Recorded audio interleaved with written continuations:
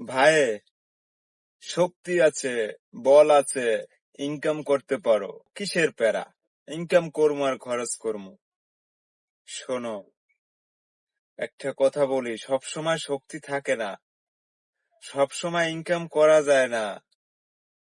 ঠিক আছে, এখন উঠতি বস, ফুর্তি করো। বয়স যখন একটু বাড়তি হবে, একটু বয়স বাড়বে, তখন কিন্তু আর ইনকাম করতে পারবা না। তাই বলি, ইনকাম যাই করো, সেটা দিয়া 100%-এর 20% রাখো।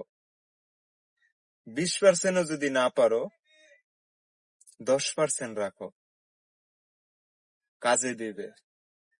এক সময় খুবই কাজে দিবে, খুবই কাজে দিবে।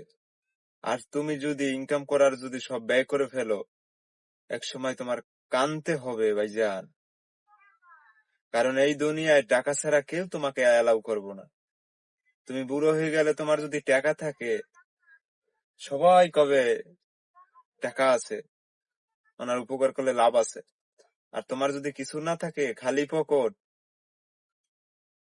বুঝবা বয়স বাড়তি হইলে এই কথাগুলার মানে কি বাজান? প্রতিদিন 20 টাকা করে জমাও, মাসে 600 টাকা আসবে, বছরে 7,200 টাকা আসে। 10 বছর জমাও, 20 বছর জমাও, যতদিন ইনকাম করো, দেখবা ওই সময় এই টাকা জমানো একটা কাজে দিবে। এই যে টাকাগুলা জমাবো, এক সময় এটা কাজে দিবে। আমি বুঝাইতে পারছি ভাই গো আমার। ধন্যবাদ।